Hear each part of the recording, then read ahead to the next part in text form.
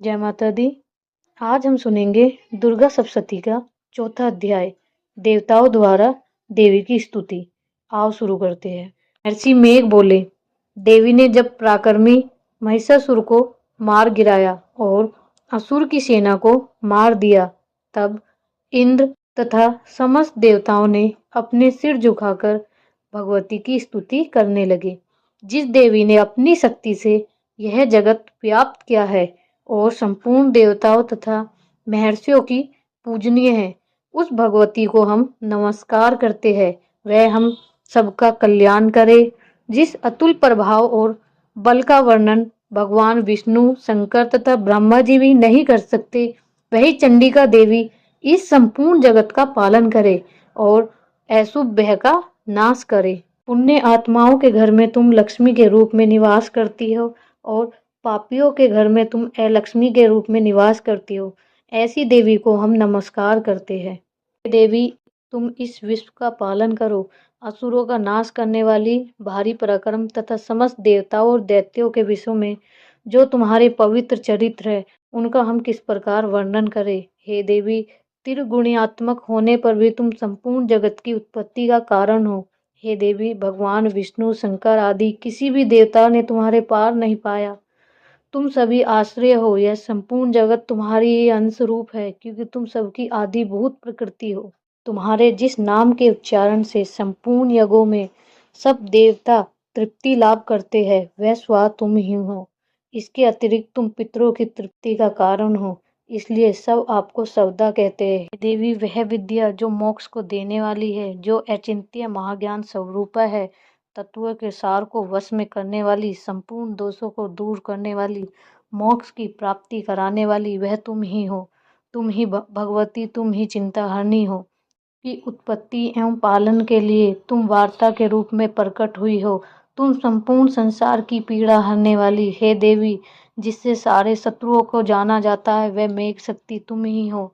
तुम ही भव सागर से पार करने वाली नौका भी तुम ही हो। भूमि रूप से विष्णु भगवान के हृदय में तुम ही निवास करने वाली और भगवान महादेव द्वारा सम्मानित गौरी तुम ही हो। आपके प्रसन्न होने से कितने ही कुलों का कल्याण होता है और आपके क्रोध में हो जाने से कितने ही कुलों का सर्वनाश हो जाता है। देवी, आप जिस पर प्रसन्न हो जाती है, आप उसका धन यश की वृद्धि कर देती हो।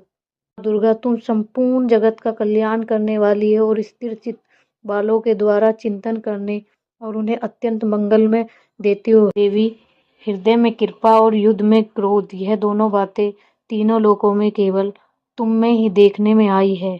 हे माता, युद्ध भूमि में शत्रुओं को मारकर तुमने उन्हें स्वर्ग लोक में पहुंचाया है। हे देवी, तुम शूल तथा खड्ग से हमारी रक्षा करो तथा घंटे की ध्वनि और धनुष की टंकार से हमारी रक्षा करे। हे चंडिके, आप अपने शूल को घुमाकर पूर्व, पश्चिम, उत्तर तथा दक्षिण दिशा में हमारी रक्षा करें। तीनों लोकों में जो तुम्हारे सौम्य रूप है तथा घोर रूप है, उनसे हमारी रक्षा करो तथा इस पृथ्वी की रक्षा करो। हे अंबिके, आपके पर भर को खड्ग, शूल, गदा आदि शत्रु शोभा पा रहे, उनसे हमारी रक्षा करो। महर्षि बोले, इस प्रकार जब सभी देवताओं ने जगत माता भगवती की स्तुति की और पुष्पों तथा गंध अनुलिपों द्वारा पूजन किया, तब देवी प्रसन्न हुई और देवताओं से कहा, तुम मुझसे वर मांगो। तब देवता बोले, हे भगवती, तुमने हम पर सब कार्य कर दिए हैं। अब हमारे मांगने के लिए कुछ बाकी नहीं रह गया है। हमारे शत्रु महिषासुर को तुमने मार डाला है। हे माँ भगवती, तुम इस पर यदि हमें कोई वर देना चाहती हो, तो बस इतना वर दो कि जब जब हम आपको स्मरण करें, तब तब आप हमारी विपत्तियों को हरण करने के लिए हमें दर्शन दो। हे अंबिके, जो कोई भी तुम्हारी स्तुति करे, तुम उनको वित्त, समृद्धि और वैभव देने के साथ ही उन्हें धन और पुत्र की प्राप्ति करो, संपत्ति बढ़ाओ और सदा हम पर प्रसन्न रहो। महर्षि बोले, हे राजन, देवताओं ने जगत के लिए तथा अपने लिए इस प्रकार प्रसन्न किया तो देवी तथास्तु कहकर अंतर ध्यान हो गई। जिस प्रकार तीनों लोकों का हित करने वाली भगवती देवताओं के शरीर से उत्पन्न हुई थी, वह सारी बात मैंने तुमसे कह दी है।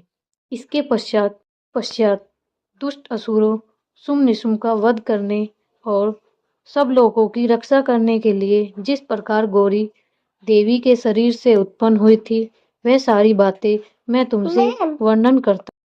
5वां अध्याय सुनने के लिए वीडियो को लाइक, शेयर एंड सब्सक्राइब करें।